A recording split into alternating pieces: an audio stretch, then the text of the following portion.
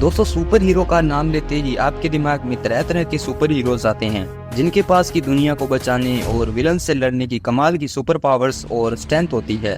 लेकिन super hero का नाम लेते ही आपके दिमाग में इस बंदे यानी कि डेडपुल की इमेज शायद ही आती होगी। डेडपुल मार्वल का एक क्रेजी कैरेक्टर है जो कि जाना जाता है अपने फनी नेचर और हमेशा मजाक करने वाले बिहेवियर के लिए। मार्वल का ये कैरेक्टर काफी विचित्र है जिसमें इसे ये खुद पता नहीं होता कि ये कब क्या कर दे।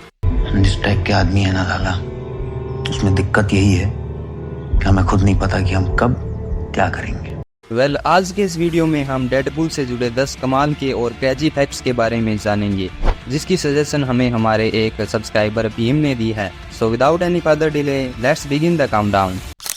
Fact number 1। तो डेडपुल की सबसे खास और मेन पावर यही है कि उसके पास एक बहुत ही ज़्यादा स्ट्रॉन्ग हीलिंग फैक्टर है और डेडपुल का ये हीलिंग फैक्टर वोल्वरिन से भी ज़्यादा स्ट्रॉन्ग है। अब डेडपुल के हीलिंग फैक्टर के बारे में हम ये तो जानते हैं कि वो रीजनरेट कर सकता है, मतलब उसके बॉडी का कोई भी पार्ट अगर उससे अलग हो जाए तो वो उसे दोबारा ग्रो कर सकता है। लेकिन एक कॉमिक बुक में तो डेडपुल के हीलिंग फैक्टर ने सारी हदें ही पार कर दी थी। इस कॉमिक बुक में हमने देखा है कि डेडपुल पूरी तरह से जलकर खाक हो गया और उसके राख से ही अपने आप को दोबारा बना लेता है, जिसमें कि हम उसे धीरे धीरे ग्रो करता हुआ देख सकते हैं और वो कुछ ही देर में पूरी तरह से डेडपुल बन जाता है। ये तो काफी क्रेजी है। Fact number 2। तो ये वाला फैक्ट डेडपुल की फर्स्ट अपीयरेंस को लेकर है। तो डेडपुल हमें पहली बार कॉमिक बुक में देखने को मिला था और ये हमें 11 दिसंबर 1990 में आई comic book the new mutants के इशू 98 के अंदर देखने को मिला था और डेडपुल को क्रिएट किया था रॉब लिफेल्ड और फेबियन निकेजा ने। और जहां पर फेबियन निकेजा के हिसाब से रॉब लिफेल्ड ने इस कैरेक्टर के विजुअल डिजाइन और नाम को क्रिएट किया था, तो वहीं पर फेबियन निकेजा ने इस कैरेक्टर के स्पीच और बिहेवियर को डिजाइन किया था। वैसे हर सुपर हीरो को क्रिएट करने के पीछे कोई ना कोई इंस्पिरेशन जरूर होती है, जो कि डेडपुल के केस में भी है, जहां पर क्रिएटर रॉब लिफेल्ड ने 90s के कई सारे आइकॉनिक कैरेक्टर्स का इंस्पिरेशन लेकर डेडपुल को क्रिएट किया था, जिसमें ज्यादातर डीसी के डेथस्ट्रोक का इंस्पिरेशन लिया गया था जो कि कॉमिक बुक में एक विलन था। और जैसा कि डेथस्ट्रोक का ओरिजिनल नाम स्लेड विल्सन है, तो डिजाइन के साथ साथ नाम से भी इंस्पायर्ड होकर डेडपुल का नाम वेड विल्सन रखा गया और साथ ही डेडपुल को वोल्वरिन, स्पाइडरमैन और स्नेक आइज के डिजाइन से इंस्पायर होकर इसे अपना एक यूनिक डिजाइन दिया गया। Fact number 3। तो डेडपुल और स्पाइडरमैन मार्वल कॉमिक्स के अंदर काफ़ी ज़्यादा क्लोज है, जहां पर इन दोनों की केमिस्ट्री कॉमिक्स में काफ़ी ज़्यादा फेमस है और इसी वजह से कॉमिक्स में आगे चलकर डेडपुल और स्पाइडरमैन की एक बेटी भी होती है और इनकी ये बेटी एक विलन की वजह से होती है। तो असल में हुआ कुछ यूँ था कि कॉमिक्स में एक विलन डेडपुल और स्पाइडरमैन दोनों के डीएनए को क्रैक कर लेता है और इन दोनों के डीएनए को मिलाकर एक नए प्राणी यानी कि इनकी बेटी को जन्म देता है, जो कि कहलाती है इट्सी बिट्सी।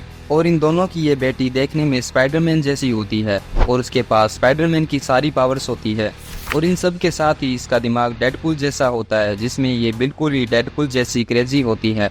और कॉमिक बुक के अंदर ये स्पाइडरमैन को स्पाइडर डैडी और डेडपुल को डेड डैडी बोलती है, लेकिन ये स्पाइडरमैन और डेडपुल दोनों से ही नफरत करती है और इसलिए ये इन दोनों को मारने की कोशिश भी करती है, लेकिन आगे चलकर डेडपुल इसे खत्म कर देता है। Fact number 4। तो बात करें डेडपुल के प्यार कि उसके लव इंटरेस्ट के बारे में, तो कॉमिक बुक के अंदर डेडपुल एक्चुअली लेडी डेथ से प्यार करता है। तो आखिर डेडपुल को इससे प्यार हुआ कैसे? मार्वल कॉमिक्स के अंदर डेडपुल को कई बार टॉर्चर किया गया है, जिसके चलते वो कई बार नियर डेथ को एक्सपीरियंस कर चुका है और ऐसे में वो लेडी डेथ से कई बार मिल चुका है और कॉमिक बुक में ये दोनों काफ़ी क्लोज है।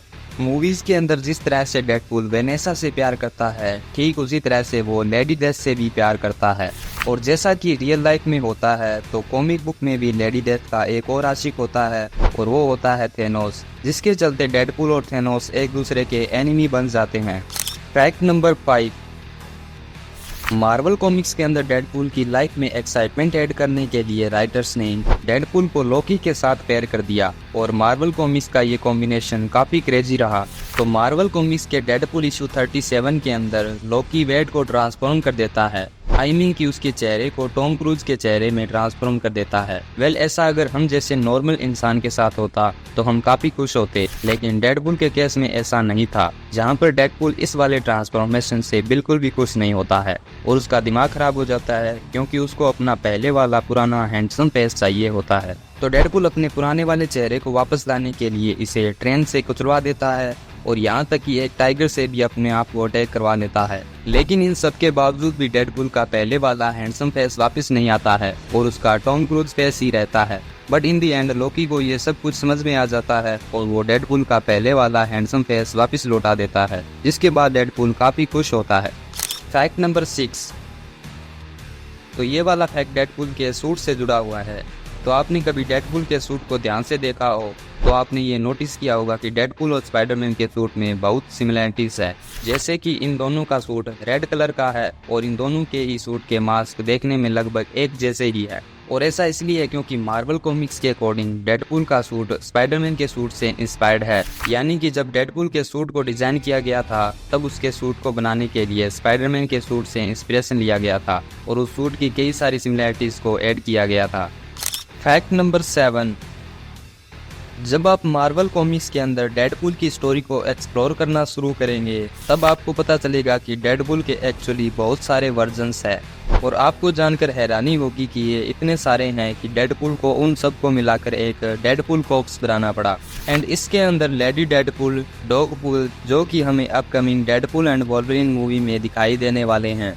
इसके अलावा Wolverine pool, kid pool, dinosaur Deadpool, venom pool और इसके अलावा भी बहुत सारे डेडपूल के वर्जन्स मौजूद है। Fact number 8। डेडपूल एक क्रेजी प्रोफेशनल असैसिन है जो कि बात बात पर लोगों को बिना सोचे समझे ही मार देता है और यही कारण था कि एक्समैन भी उसे अपनी टीम में रखना पसंद नहीं करते थे। तो डेडपूल के इस पागलपन को देखते हुए एक्समैन की टीम ने ये फैसला लिया कि वो डेडपूल को एक मेंटल इंस्टीट्यूट में एडमिट करा देंगे और मेंटल इंस्टीट्यूट में एडमिट करवाने के बाद डेडपूल का केस एक साइकियाट्रिस्ट एला विडवाई को मिलता है और डेडपूल की हीलिंग फैक्टर और उसकी पावर्स के बारे में जानने के बाद एला को डेडपूल से प्यार हो जाता है और वो कुछ ही दिनों के बाद डेडपूल को प्रपोज भी कर देती है। और इस पर डेडपूल उससे कहता है कि वो पहले उसे इस पागलखाने से बाहर निकाले, उसके बाद वो सोचेगा। और फिर एला विडवाई ऐसा ही करती है, वो डेडपूल को इस इंस्टीट्यूट से निकालने के लिए हेल्प करती है और फिर डेडपूल एला से बिना मिले और बिना कुछ कहे ही वहाँ से भाग जाता है। और डेडपूल के बारे में ये बात तो हम सभी जानते हैं कि डेडपूल की हर फाइट में उसकी बॉडी का कोई ना कोई पार्ट तो कट हो ही जाता है और उसके बाद वो अपने इस पार्ट को रीग्रो कर लेता है और उसका कटा हुआ पार्ट ऐसे ही इधर उधर पड़ा रहता है। तो डेडपूल के साथ ट्रू लव में होने के कारण एला विडवाई जगह जगह जाकर डेडपूल के उन बॉडी पार्ट्स को कलेक्ट करने लगती है और कलेक्ट करने के बाद वो अपने घर के फ्रीजर में रखने लगती है। और फिर डेडपूल की पूरी बॉडी के पार्ट्स कलेक्ट हो जाते हैं तो अपने हीलिंग फैक्टर के कारण उसके बॉडी के सभी पार्ट्स आपस में जुड़ जाते हैं और फिर इस तरह से एला विडवाई क्रिएट करती है एक मॉन्स्टर वर्जन ऑफ डेडपूल। और ये वाला डेडपूल असली वाले डेडपूल से भी ज्यादा खतरनाक और क्रेजी होता है। Fact number 9। तो डेडपूल की खास और मेन पावर के बारे में तो हमने पहले ही बात कर ली है और वो है उसका ज़बरदस्त हीलिंग फैक्टर। तो क्या आपने कभी सोचा है कि डेडपूल को आखिर इतना ज़बरदस्त हीलिंग फैक्टर मिला कहाँ से? अब डेडपूल की मूवीज़ में हमें डेडपूल के हीलिंग फैक्टर के बारे में पूरा सच नहीं बताया गया है। तो बेसिकली डेडपूल के इस हीलिंग फैक्टर के पीछे वोल्वरिन का हाथ है। तो कॉमिक बुक के अंदर डेडपूल यानी वेड विल्सन 19 साल की उम्र में यूएस आर्मी से रिटायर्ड होने के बाद CIA ज्वाइन करता है।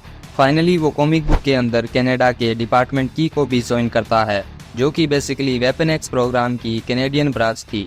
और यहीं पर डेडपूल को पता चलता है कि उसकी बॉडी में 34 प्रकार के ट्यूमर्स है, जिसके कारण डिपार्टमेंट की को वेड विल्सन को as a test subject convince करने में बहुत आसानी होती है और वो वोल्वरिन के जेनेटिक मटेरियल को डेडपूल के अंदर इंजेक्ट करते हैं एंड तब जाकर बनता है डेडपूल। Fact number 10। अब डेडपूल के बारे में हम लगभग सारी बातें जान चुके हैं, लेकिन डेडपूल का नाम आखिर डेडपूल कैसे पड़ा?